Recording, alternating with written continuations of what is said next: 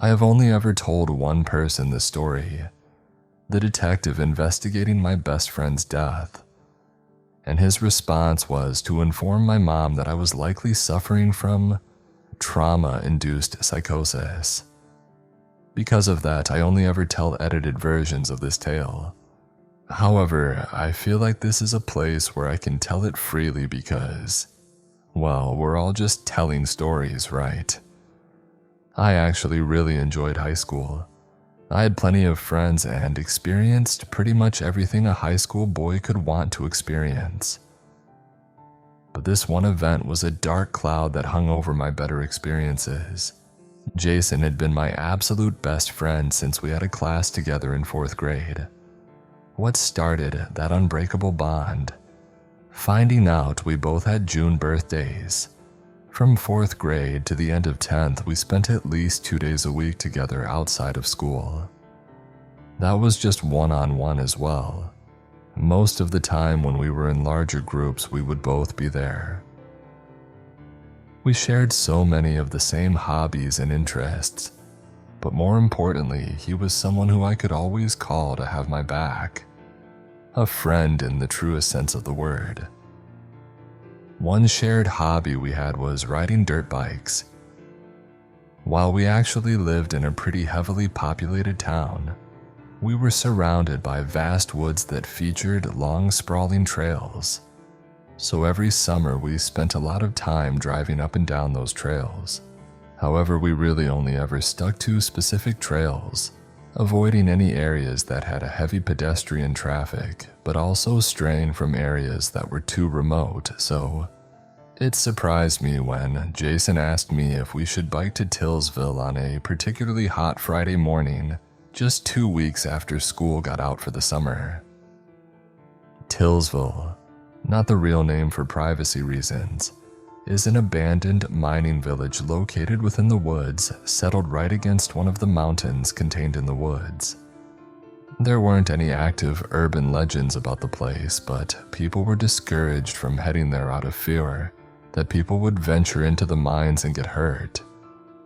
It wasn't unheard of for people to head to the village and party, but we never had to because we were lucky enough to have friends with cool parents that would allow their kids to throw their own. For what? I asked, because, I didn't think it would be particularly interesting. I don't know, I just thought it would be cool to switch up our route today, he said, beaming as if this was some genius idea.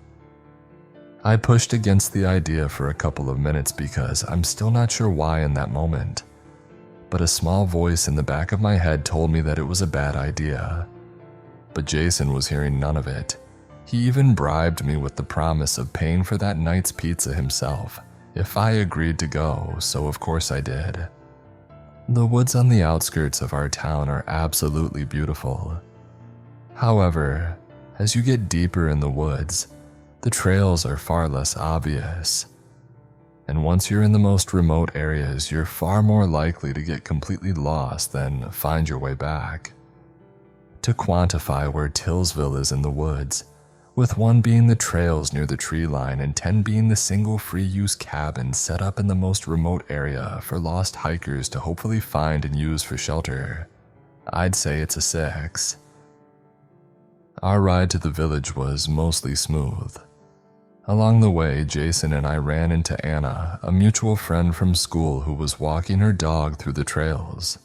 We chilled for a few minutes and discussed meeting up the following day to study for our driving test together as she had a late May birthday, but hadn't been preparing for her test. As we got closer to the village, Jason took the lead. He said that he had been closely studying the trails that led to Tsvill over the previous week or so. I remember how loud he whooped once we saw the village's watchtower poke above the trees. "First try with 0 problems, thank you Google Maps," he screamed. This was my first time seeing Tsvill.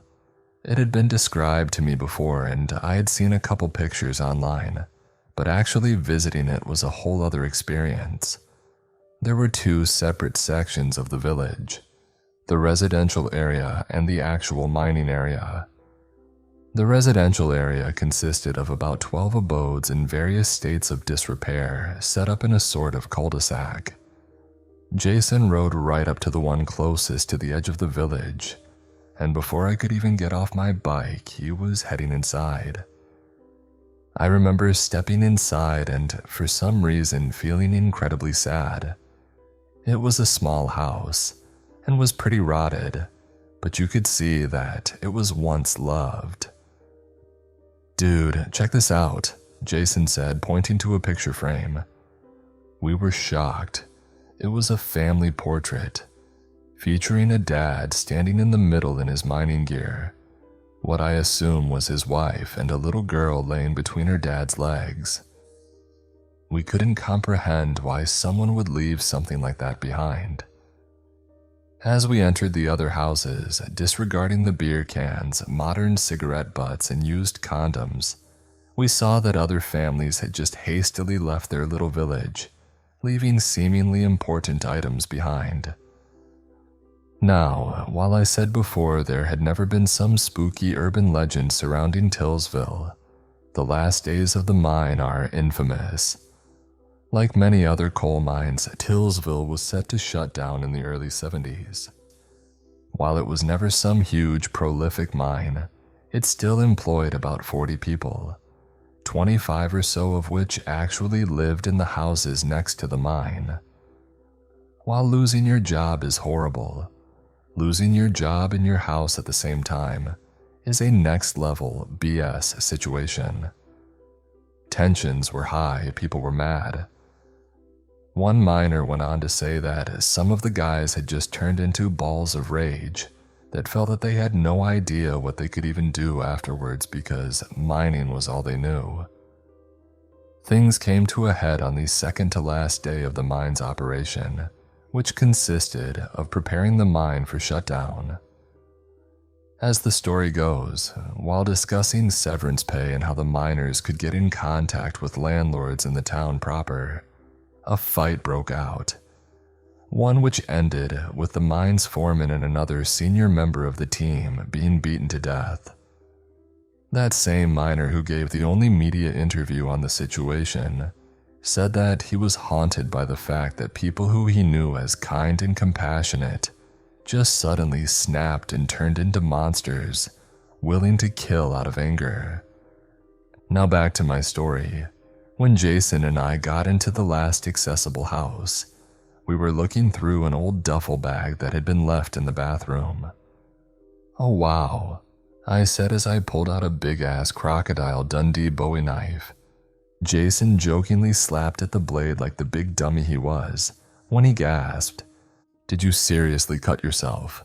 I asked, worried at his wide-eyed gaze. "I think someone might be out there," he said flatly. From where Jason was sitting, he could see out the bathroom, through the living room, and slightly through the doorless entrance. I whipped around. Where? I tried straining my eyes to see if I could confirm this, but saw nothing. Then out of nowhere, Jason snatched the knife out of my hand and rushed out of the house. "What the hell?" I shouted as I followed him as he stormed off toward the back of one of the adjacent houses. Jason slowed as we reached the back corner of the house. He turned and gave me an "Are you ready?" look. Though I definitely wasn't. I nodded. We both turned the corner at the same time and breathed a sigh of relief in unison at the sight of an empty, overgrown backyard. "What did you think you saw? Person, animal?" I asked him. "It doesn't matter. Let's see the mine," he responded, brushing off the question. Though he had regained his usual goofy composure, it was weird to me that he just completely ignored the question. But wanting to appease him, I dropped it and we headed off toward the mine. All that was left of the actual mining area was a flimsy watchtower, half of the mill, a storage warehouse, the pump shed, and the hoist house/head frame. But there was also a separate entrance into the mine that was out in the open, and showing the low IQ of my fellow townspeople, the fence that had been erected to keep people out of the mine had been torn away. Now, I was actually interested in seeing the mill and headframe, but Jason was making a beeline for the entrance to the mine. "Wait, you actually want to go inside?" I asked, trying to keep up with him. "I mean, yeah, my brother went to a party inside just last year. It's not like it's going to collapse the second we step inside, idiot," he remarked, not breaking his stride. "Now that you've said that, that's exactly what's going to happen," I responded, only half joking. The closer we got to the entrance, the more I felt something. I don't know how to describe it other than to say that the mine had an aura about it. I don't know if it was exactly an aura of danger, but for me it simply felt oppressive. I held my breath as we crossed the threshold, but even looking back, I have to admit after the first few steps, being inside the mine was pretty cool. I mean, the whole time we were inside, my brain was screaming danger, but at the same time I was enjoying it. The first 30 or so feet of the mine was a straight shot. We hopped around the tracks on the floor and even had a contest to see who could balance on the edge of the tracks in the longest. Then the mine broke off into 3 different paths. The first 2 sloped downwards. The stairs beside the tracks alternated between wood and stone that had been carved into the actual ground. Past a certain point, the downward paths led to murky black darkness. While Jason had brought 4 different flashlights, at that moment, it felt like they couldn't have even penetrated such an absence of light. The third path was a short one that led to a large hollowed-out stone room that had probably been used as a break room. I took the initiative and walked into the room before Jason tried dragging me to hell. The room was pretty big and sadly was full of trash and graffiti. "Holy hell!" Jason shrieked, staring at the ground. I knew I was going to be annoyed at his discovery, because the jolt that his shriek gave me nearly stopped my heart. Jason bent down and grabbed something. "This has to be Mark's," Jason said as he held up a beer bottle. Indeed, Jason was holding some crappy microbrew IPA that I had only ever seen Mark, Jason's older brother, drink. "Put that in the bag, show it to Mark to prove we actually went here," I said. I did my best to prolong our time in that room. I went so far as to start talking about the upcoming football season, Jason's favorite topic, to avoid having to actually go deeper into the mine. But as we exited the room, Jason completely disregarded the left-hand turn I made toward the straight shot, as he was fumbling with his backpack, shuffling toward the stairs for the right side slope. I huffed as I turned around, refusing to let my idiot friend get crushed by a cave-in alone. Jason had filled his backpack with stuff including the knife we had just found, so the flashlights were at the very bottom of the bag. As he dug through the bag, I swore I heard the sound of something sliding on one of the stone steps about 50 or so feet down. "Shush," I said, grabbing his arm, trying to stop his ruffling. Completely ignoring me, Jason whipped out his biggest flashlight and shone it downwards. To my relief, nothing was down there. Yeah, I heard it. But look, it's nothing, you big wimp," he said as he grabbed out another flashlight, shoving it in my hands. As we began moving downwards, I was shocked at how damp everything smelled because the rock around us looked bone dry. You know, Anna is literally the only human who knows we're down here. I nervously squeaked as we descended into what could only be a bad situation. "She's got a big mouth. We agreed to see her tomorrow. She'll call someone if we don't show," Jason responded. That wasn't entirely true. While we were in one of the houses earlier, I had used the bare bones reception I had to tweet, checking out Tsvill just in case, but was planning on deleting it once we left. Eventually, after about 3 minutes of walking, I once again heard a sound that definitely wasn't coming from us. This time it sounded like there was another fork in the track, and the noise was coming from the right-hand side.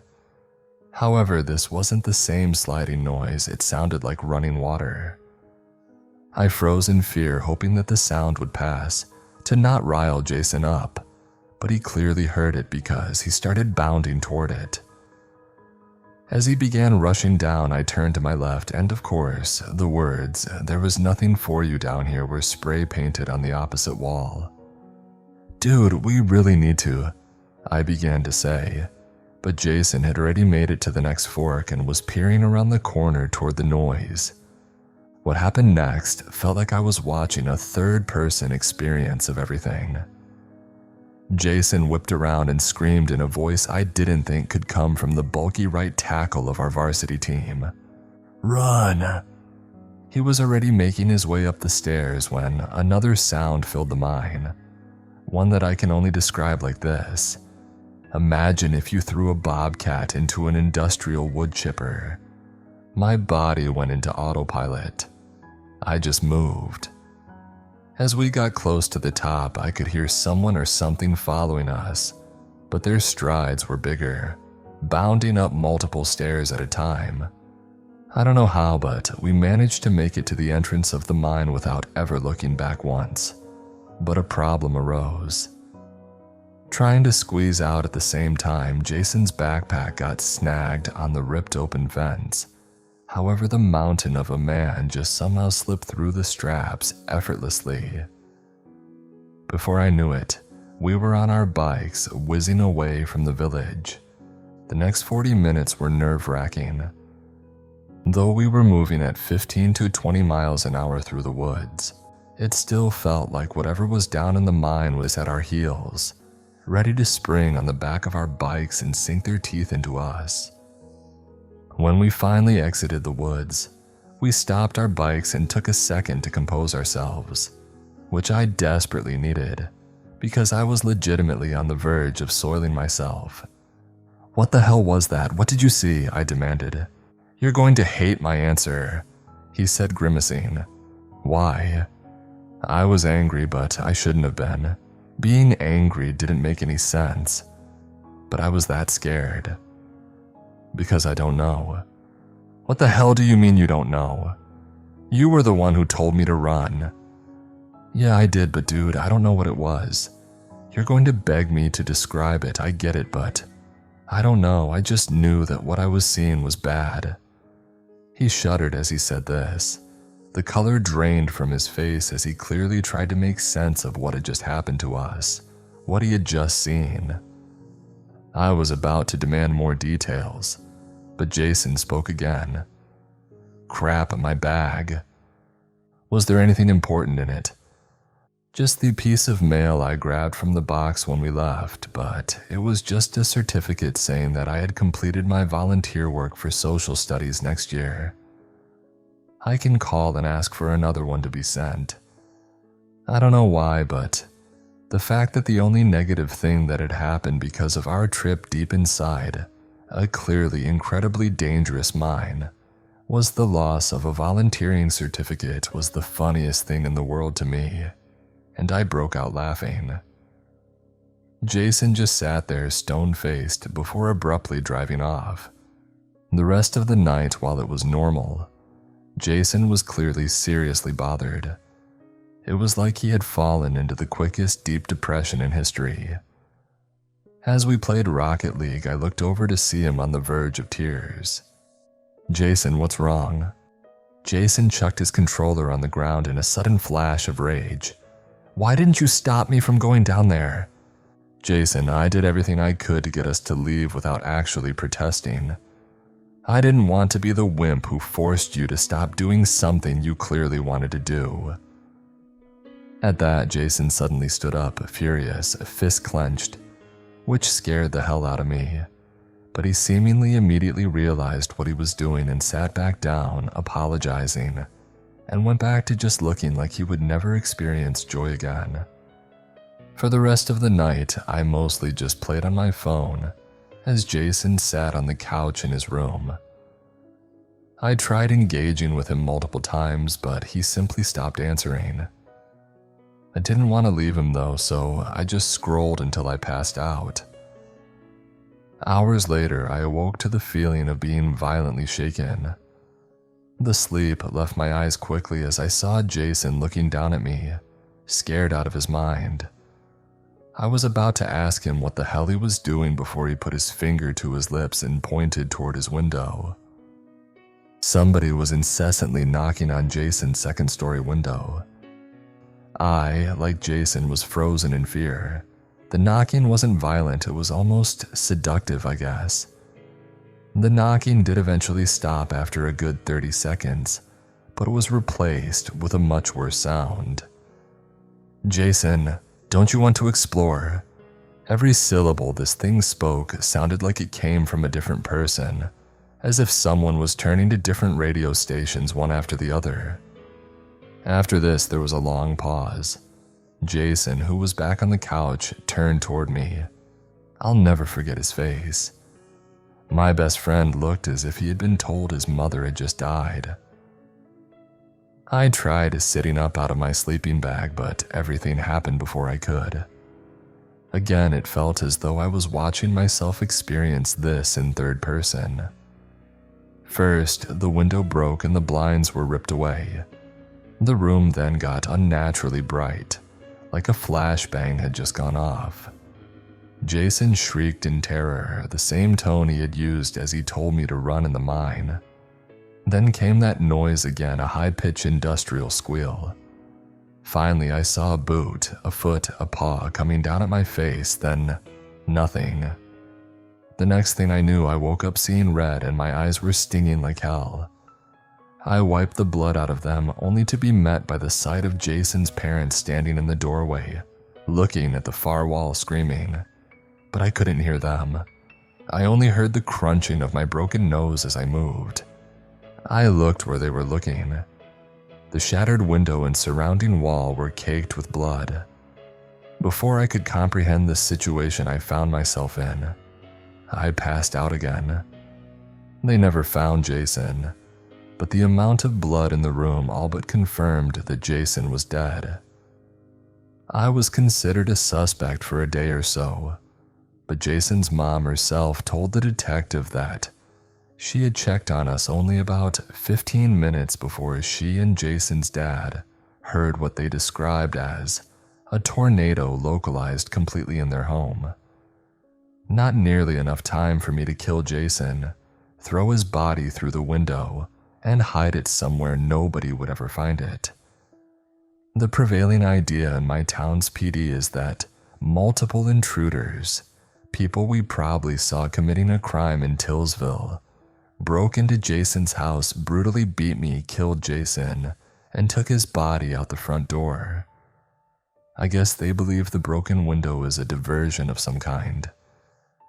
During that day, though, I gave my account of what happened at Tsvill at least 4 times.